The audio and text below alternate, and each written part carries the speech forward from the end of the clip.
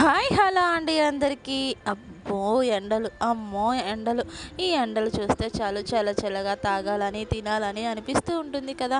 మనం ఇంట్లోనే జ్యూసీగా కస్టర్డ్ పౌడర్తో custard ice cream and custard milk అయితే మనం ప్రిపేర్ చేసుకోవచ్చు. దీనికోసం అయితే ఒకేసారి మనం క్వాంటిటీలో ప్రిపేర్ చేసుకొని దాన్ని మన టేస్ట్కి తగినంతగా అయితే టేస్ట్ చేయొచ్చు. దీనికోసం నేనైతే ఇప్పుడు పావు లీటర్ పాలను మరగనిచ్చి దాంట్లో షుగర్ యాడ్ చేసి మరగపెడుతున్నాను. దాంట్లో ఒక కప్లోకి ఒక 3 టేబుల్ స్పూన్స్ వరకు పాలల్లో కస్టర్డ్ పౌడర్ అయితే ముందుగా కలిపేసేసుకొని దాన్ని మరుగుతున్న పాలల్లో అయితే యాడ్ చేసుకోవాలి. యాడ్ చేసుకొని బాగా కలుపుకొని కొంచెం చిక్కబడేంత వరకు కలుపుకొని స్టవ్ ఆఫ్ చేసుకొని చల్లబెట్టుకోవాలి.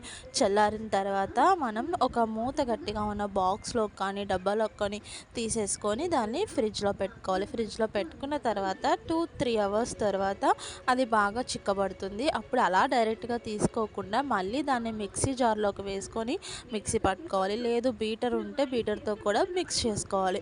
ఇలా మిక్స్ చేసుకున్న తర్వాత మళ్ళీ మనం దీన్ని ఒక 4-5 అవర్స్ అయితే మనం డీప్ ఫ్రిడ్జ్లో పెడితే మనకి గట్టిగా అయిపోతుంది. లేదు మనం జ్యూసీగా తాగాలి అనుకుంటే ఇంకొంచెం ముందు తీసుకొని దీన్ని అయితే సర్వ్ చేసుకుంటే చాలా బాగుంటుంది. మనం ఫ్రూట్ కస్టర్డ్ మిక్స్ అంటాం కదా, ఫ్రూట్స్ ఏమన్నా ఉంటే యాడ్ చేసుకోవచ్చు.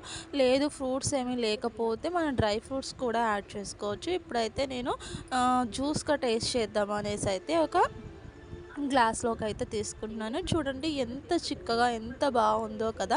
మనకి రోడ్ సైడ్ దొరికే అసలు దేంతో తయారు చేస్తారో తెలియదు, ఎలా ఉంటుందో తెలియదు.